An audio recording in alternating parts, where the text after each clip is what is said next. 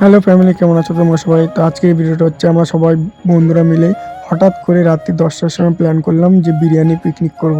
তো দেখতেই পাচ্ছ আমাদের শান্তিপুরের স্পেশাল হাজি বিরিয়ানিতে গেলাম। আমার একটা বন্ধুর বাইকে করে দিয়ে নিয়ে এসে চলে আসলাম। আর যারা এই দেখতেই পাচ্ছ লাল জল খাবে বলে নিয়ে রেডি করে একদম ছবি তুলছে।